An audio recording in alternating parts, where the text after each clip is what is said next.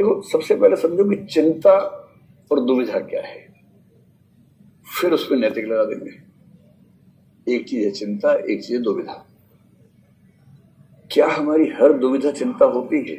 नहीं, हो भी सकती है, नहीं भी हो सकती है। आप सोच रहे हैं बात समझ नहीं है, ये भी अपने हाथों बोल दिया लेकिन समझ में नहीं आया हमें। तो पहले देखते दुविधा होती क्या है, फिर चिंता पर जाएंगे। दुविधा बना है द्विविधा से, जब दो चीजें एक साथ दिमाग पे हमला कर रही हैं।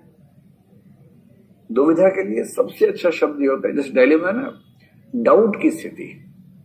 और डाउट जानने में नहीं, फैसला लेने में डाउट। एक डाउट होता है जानने में, जब जानने में डाउट है उसको संशय कहते हैं। कि जो दूर से आ रहा है वो पतली गाय है या मोटा गधा है। मान लो कोई गधा खा खा के फूल गया आपके इलाके में, और एक गाय है जो काफी कमजोर है किसी वजह से, तो दोनों की हाइट वेट लगभग बराबर है, और आप आज जा रहे हैं, दूर से उनमें से कोई आ रहा है, और आप सोच रहे हैं कि पतली गाय है कि मोटा गधा है, समझ में नहीं आ रहा है। तो जब तक समझ में नहीं आ रहा संशय है, गलत समझ में आ गया तो भ्रम है, सही समझ में आ गया तो ज्ञान है। मान लीजिए कि पतली गाय आ रही है, ठीक। सिचुएशन नंबर 1, पतली गाय है कि मोटा गधा है, पतली गाय मोटा गधा, पतली गाय मोटा गधा, संशय।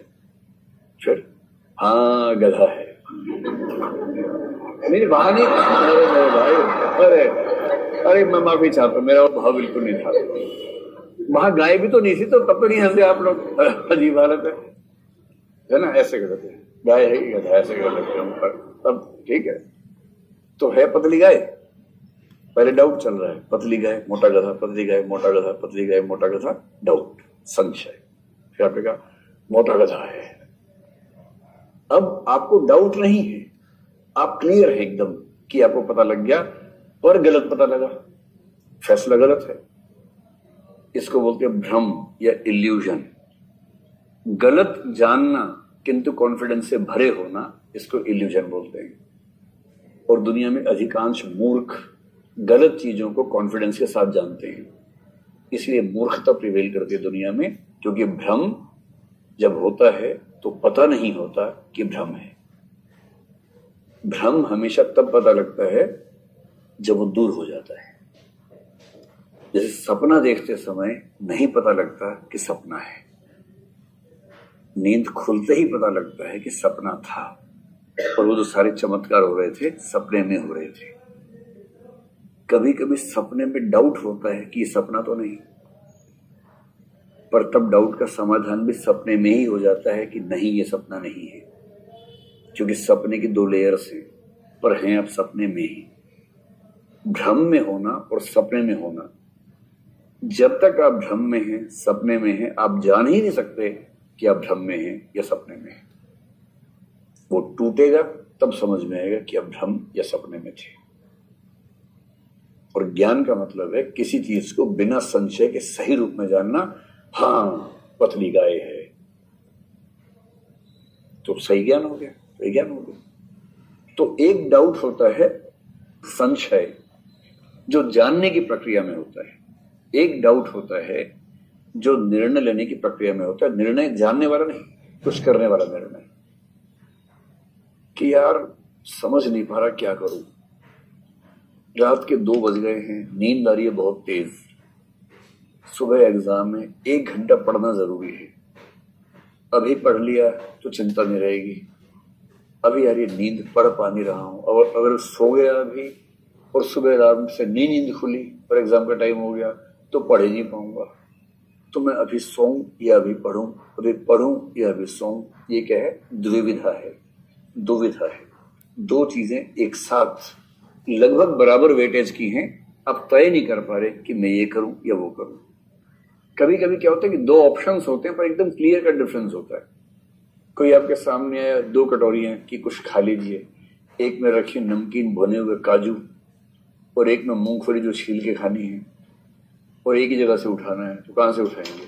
काजू भर लेंगे मुट्ठी भर के। इसमें क्या सोचना है? कॉस्ट बेनिफिट एनालिसिस में काजू हर प्रकार से बेहतर है। काजू महंगा आता है, मूंगफली सस्ती आती है। मूंगफली छीलनी है, वो छिला हुआ है, छिला ही नहीं हुआ, भुना हुआ है, नमकीन काजू है। आपको लगा वाह चरम स्तर का आनंद है। इसमें क्या दुविधा? इसमें कोई दुविधा ही नहीं है। कौन सी दुविधा है इस चीज में? किसी ने कहा चाय लेंगे ठंडा लेंगे, अब ठंडा इसमें क्या सोचना है? चाहे 5 रुपए की आती है, ठंडा 15 रुपए का आता है। ठंडा तो काहे की दुविधा विद्यार्थी को इन सब बातों में? दुविधा कहाँ आती है? चाय कॉफी दोनों आ गई और लेना एक है। अब सोचने कौन सा ये वो, क्वांटिटी बराबर है। आपने घूर के देखा एक्सरे से कौन सा ज्यादा है? लेकिन बराबर है दोनों, एकदम बराबर लाया कम वक्त। अब दुविधा है, चाय लूं तो कॉफी छूटेगी, कॉफी लूं तो चाय छूटेगी। और चाय कॉफी के बदले आप कुछ भी रख सकते हैं। इससे दोस्ती करूं तो वो छूटेगा, उसके पास गया तो ये छूटेगा। दोनों मिल नहीं सकते, कानून नहीं है। तो जब आपको दो चीजों में चूज करना हो और चॉइसेस इतनी नजदीक हैं कि फैसला कर नहीं पा रहे, इसको बोलते हैं चयन की दुविधा। एक दुविधा कौन सी है? मोटा क्या है? मोटा गधा है कि पतली गाय है? वो ज्ञान की दुविधा है। ये चयन की दुविधा है। चयन की दुविधा को डायलेमा बोलते हैं। अब चयन की दुविधा कई चीजों में हो सकती है, जैसे काजू मूंगफली में नहीं है। आप क्लास में घुसे, एक सीट यहां खाली है, एक सीट वहां खाली है, कोई दुविधा नहीं है कि यहीं बैठना है, क्योंकि जब सबसे आगे बैठना ही है, जब कफन सिर पे लेके बैठना ही है, तो यहीं बैठे, मजा भी आएगा, है ना? तो दुविधा नहीं है, क्योंकि विकल्पों में अंतर है। और जब विकल्प होते बहुत नजदीकी तो नानी मर जाती है। आदमी परेशान हो जाता है कि मैं क्या चुनूं, समझ ही नहीं आ रहा है। और यदि ये दुविधा नैतिक विकल्पों के बीच में हो तो हो जाती है नैतिक दुविधा। बस विकल्प नैतिक होते ही नैतिक दुविधा है। काजू मूंगफली में नैतिक दुविधा नहीं है। चाय या कॉफी नैतिक दुविधा नहीं है। दोस्त ने कहा पार्टी है मेरी तरफ से, आओ, साउथ इंडियन खाओगे या नॉर्थ इंडियन, दोनों ऑप्शन नहीं है। दुविधा हो रही है आपको, पर नैतिक दुविधा नहीं है। लालच मन कर रहा है कि ये भी खा लूं वो भी खा लूं, ये हो रहा है, पर नैतिक संकट नहीं है आपके सामने।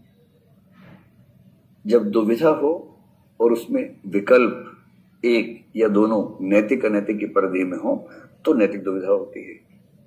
और नैतिक विकल्पों की दुविधा होते ही संकट अलग किस्म का हो जाता है। जैसे आपके सामने दो व्यक्ति पानी में डूब रहे हैं, ए और बी, और आप केवल एक को बचा सकते हैं। किसे बचाऊं? बचा एक को ही सकते हैं, तो दो विकल्प है, तीन विकल्प हैं। ए को बचाऊं, बी को बचाऊं, दोनों को ना बचाऊं। दोनों को ना बचाऊं में गिल्ट फीलिंग हो जाएगी आपको, क्योंकि आप एक को बचा सकते थे तो आप बचाना चाहेंगे।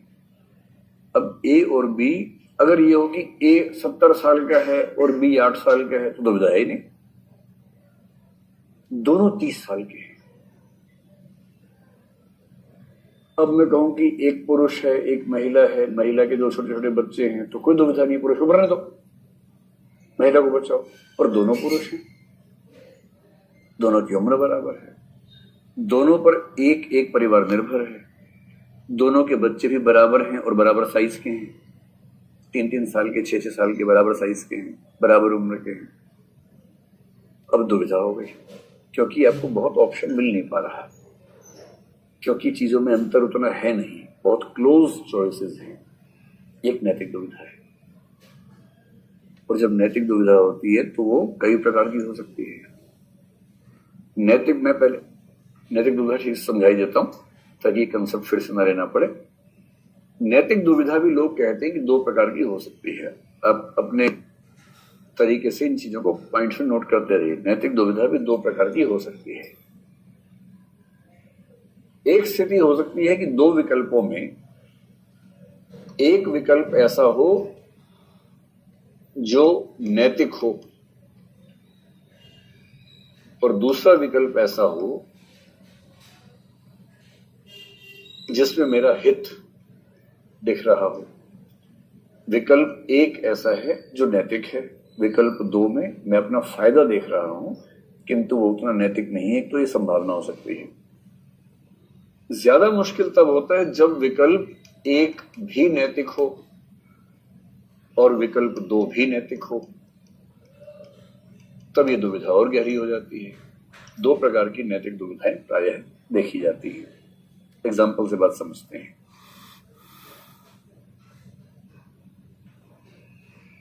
मान लीजिए एक परिवार है जिसमें ए और बी नाम के दो व्यक्ति रहते हैं।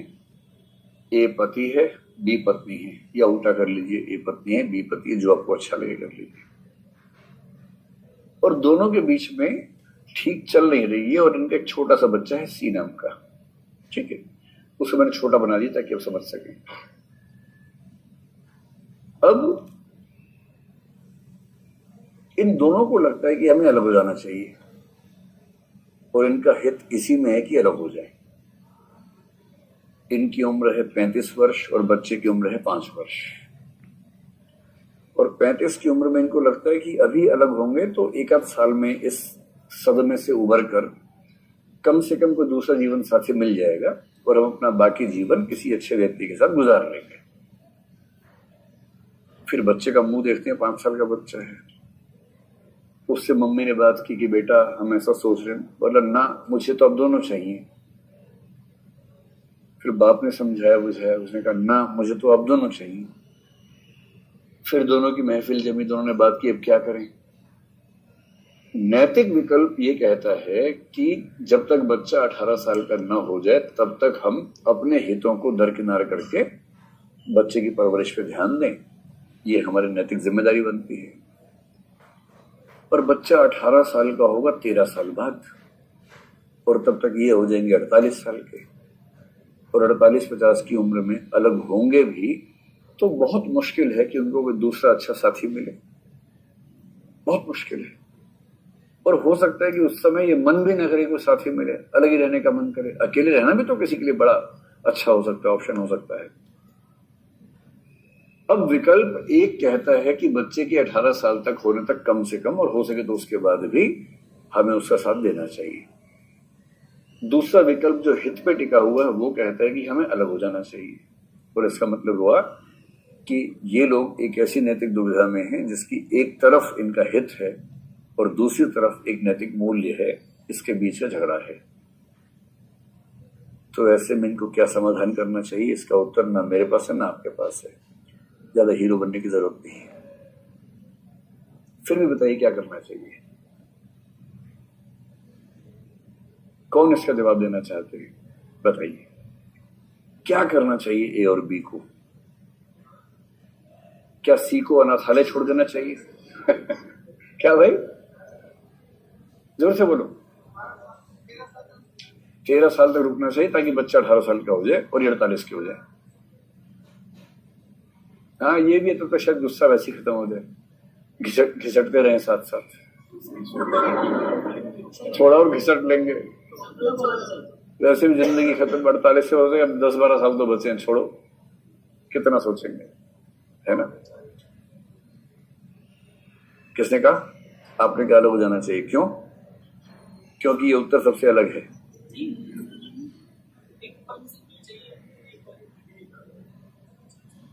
अच्छा, उनमें से एक को परमिशन मिल जाएगी, बच्चे से महीने में एक बार मिल सकता है, हफ्ते मिल सकता है, एक के बाद बच्चा रहे तो बच्चा भी सेट रहेगा। पापा हफ्ते में एक बार आते हैं, वैसे भी हफ्ते में एक बार मिलते थे, कौन सा रोज बात करते थे पापा, अब भी हफ्ते में मिल रहे हैं। लेकिन अब दिक्कत ये है कि ऐसा होने के बाद एक नए पापा घर में आ जाएंगे और पुराने पापा एक नई मम्मी को लेके आएंगे, और ये बच्चा बड़ा कंफ्यूज हो जाता है। और बच्चे अपने बाप की दूसरी पत्नी और माँ के दूसरे पति को किसी हाल में स्वीकार नहीं करते, सीधे बोलते हैं कितनी भी कोशिश कर लो आंटी, तुम आंटी रहोगी, माँ नहीं बन पाओगी। और माँ को जिससे प्रेम है उसको बोलते हैं कि अंकल कुछ भी कर लो, अंकल ही रहोगे, ज्यादा बाप बनो, मेरे चुपचाप अंकल बन के रहो शांति से। नहीं एक्सेप्ट करते भाई, बच्चों का अपना स्वाभिमान है, आत्मसम्मान नहीं करना चाहते, क्या करें? और यदि ऐसा हुआ और बच्चा विभाजित हो गया, अपने भीतर मन में विभाजित हो गया, तब भी तो पाप लगेगा। पाप लगता भी, चढ़ता भी है। ऐसे मामले में आप लोग परेशान हो गए कि अरे यार क्या करें। इसीलिए इसका नाम नैतिक दुविधा है। इतना आसान होता है कि मूंगफली खाएं, काजू खाएं, तो कोई दुविधा थोड़ा ना होती। अब तो सीधा सा होता कि करो बात खत्म करो। दुविधा का मतलब ही है कि इतने क्लोज ऑप्शन है कि आप चाह के भी नहीं सोच पा रहे कि क्या करें, और कितना भी अच्छा सोचेंगे, जितना वो 51-49 जैसा बनेगा। 51% ठीक लग रहा है, 49% गलत लग रहा है, और ये इतना नजदीक है सही गलत कि आप कभी भी बहुत स्पष्ट मन से फैसला नहीं कर पाएंगे। जो भी फैसला करेंगे गिल्ट फीलिंग होगी ही होगी, उससे बचने का ऑप्शन नहीं है। यहां तो हित है तो दुख ज्यादा होता है कि लोग कहेंगे वाह, अपनी जिंदगी जीने के लिए बच्चे को टांग दिया, बछड़े को मार दिया, ऐसे ऐसे बोलेंगे। पर इससे बुरी स्थिति होती है जब दोनों विकल्प नैतिक हों, तब क्या करें भाई। ए और बी के अब 2 बच्चे हैं, सी और डी। दोनों बच्चे पढ़ने में अच्छे हैं, एक बेटा है एक बेटी है। दोनों बच्चों ने 10वीं क्लास पास कर ली है, 12वीं क्लास पास कर ली है, और दोनों को डॉक्टर बनने की इच्छा है। लेकिन ए और बी की वित्तीय स्थिति ऐसी है कि केवल एक बच्चे की पढ़ाई अफोर्ड कर सकते हैं, दूसरे की कर ही नहीं सकते। संपत्ति है नहीं कि बैंक लोन मिल जाए, एजुकेशन लोन मिल जाए। ऐसा कोई रसूख संपत्ति नहीं है कि ये कहीं से उधार लेके मैनेज कर ले, वो सब ऑप्शन नहीं है। सी को भेजें या डी को भेजें या किसी को ना भेजें, 3 ऑप्शन है। पढ़ने में दोनों अच्छे हैं, एक बेटा है एक बेटी है।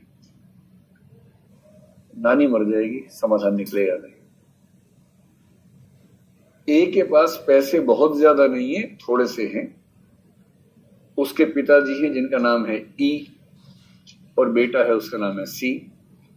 पिताजी की इच्छा है कि मेरी मृत्यु अगले साल 2 साल में कभी भी हो सकती है, कि बेटा मुझे आखिरी बार तीर्थ यात्रा करवा दो। और बेटा 10वीं क्लास में कहता है कि मुझे 11वीं क्लास में पापा इंजीनियरिंग की तैयारी करनी है, मुझे इंजीनियरिंग की तैयारी करवा दो। और इन दोनों में पैसे लगने हैं इतने कि या तो ये करवा सकता है या ये करवा सकता है। बाप को तीर्थ यात्रा करवाऊं या बच्चे की पढ़ाई पे खर्च करूं। अगर बच्चे की पढ़ाई पे किए इस उम्मीद में कि पापा अभी चलेंगे 2-4 साल और नहीं चले,